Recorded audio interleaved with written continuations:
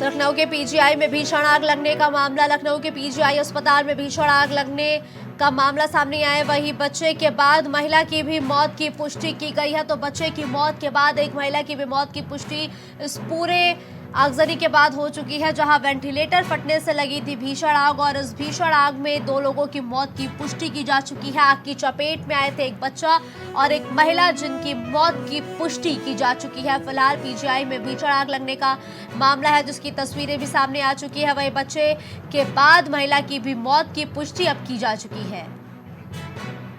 कलीम इस खबर पर ज्यादा जानकारी के लिए इस वक्त हमारे साथ लाइव जुड़ चुके हैं। कलीम, देखिए, जो पीजीआई में वेंटिलेटर फटने से हादसा हुआ था उसमें 2 लोगों की मौत की पुष्टि की जा चुकी है। क्या और भी आंकड़ा बढ़ने की उम्मीद है क्या?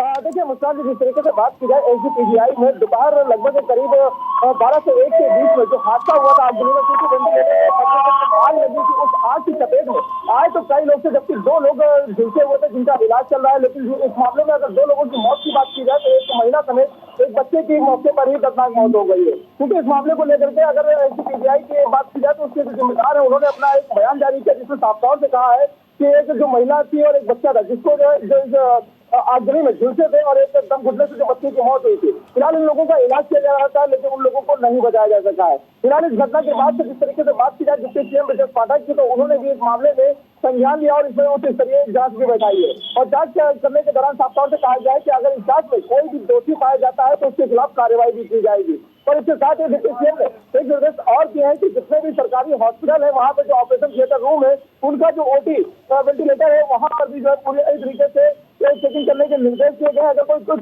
चीजें खराब है तो उसको जल्द से जल्द चेंज करने के भी आदेश दिए हैं। लेकिन जिस तरीके से कलीम, हर बार क्या ऐसी घटना के बाद ही आदेश दिया जाएगा क्या? क्योंकि लगातार प्राइम टीवी ने भी एक मुहिम चलाई थी, जब हम हर एक अस्पताल, हर एक रेस्टोरेंट, होटल पे पहुंच रहे थे, जहां पर हम आगजनी से निपटने की तमाम तरीके के उपकरणों को देख रहे थे। तब भी कई अस्पताल, कई बिल्डिंग्स ऐसी थी जो मानकों के विपरीत संचालित हो रहे थे, ना उसमें आग से निपटने के लिए कोई व्यवस्थाएं थी। तो क्या हर बार ऐसी खबरें सामने आएंगी तभी जाके हमारा स्वास्थ्य महकमा या जिम्मेदार अधिकारियों की नींद खुलेगी?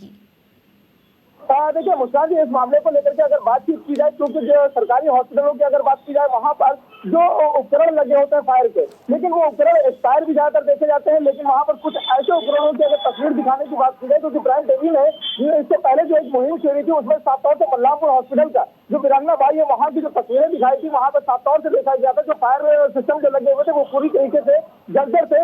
और वहां के जो पाइपों की बात की जाए वो भी पूरी तरीके से खराब थे, और जो सिलेंडरों की बात की जाए वो भी साफ तौर से एक्सपायर नजर आए थे। और वहां पर जो बालुओं की बात की है, जिस तरीके से आग पर काबू पाने का जिससे प्रयास किया जाता है, उसमें वो भी पूरी तरीके से फेल नजर आया था। लेकिन इस मामले को लेकर के जिम्मेदारों ने किसी तरह का कोई भी संज्ञान नहीं लिया था। और इस मामले को लेकर के अगर सीएमओ की बात की जाए, क्योंकि सीएमओ के पास जो प्राइवेट अस्पतालों की अगर बात की जाए, प्राइवेट संस्थानों की जो बात की जाए, वहां पर भी लगातार जो चेकिंग की जाती है वो भी केवल खाना पूर्ति करते हुए नजर आते हैं। फिलहाल जिस तरीके से जो ऐसे पीजीआई का जो हादसा हुआ है, उस हादसे के बाद डिप्टी सीएम ने जांच के आदेश तो दिए हैं, इसके साथ ही कई जो निर्देश दिए हैं, उन निर्देशों का आखिर सीएमओ की टीम कितना पालन करती है, क्योंकि अभी पीजीआई का हादसा हुआ। कलीम, जिस एसजीपीजीआई अस्पताल में ये हादसा हुआ है, यहाँ प्रदेश, देश ही नहीं विदेशों से भी लोग आते हैं इलाज कराने। अगर ऐसी तस्वीरें बाहर जाएंगी तो क्या संदेश पहुंचेगा?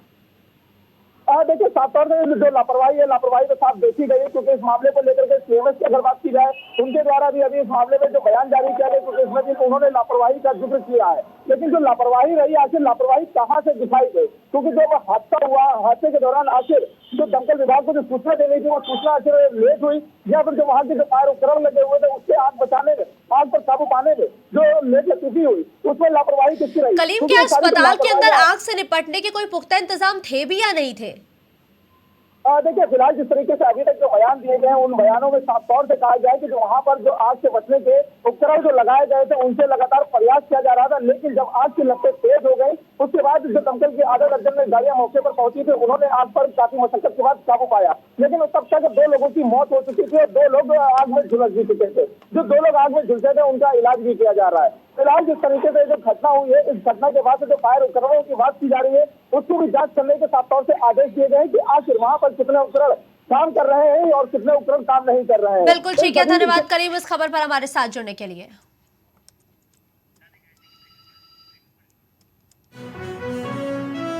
तो तो देखिए पीजीआई में भीषण आग लगने का मामला और अब इस हादसे में फिलहाल 2 लोगों की मौत की पुष्टि की जा चुकी है। बच्चे की मौत के बाद महिला की भी इलाज के दौरान मौत हो चुकी है और बच्चे के बाद महिला की भी मौत हुई है। इस पूरे मामले का डिप्टी सीएम के साथ ही स्वास्थ्य महकमे की जिम्मेदारी संभालने वाले ब्रजेश पाठक ने संज्ञान लिया है। मामले में जांच के आदेश दिए हैं। साथ ही कहा गया है कि अगर किसी भी प्रकार की लापरवाही बरती गई है तो उसे बर्दाश्त नहीं किया जाएगा। लेकिन फिलहाल 2 लोगों की मौत हो चुकी है। कुछ भाव पुष्प। आप देख रहे हैं प्राइम टीवी, सच साहस सरोकार।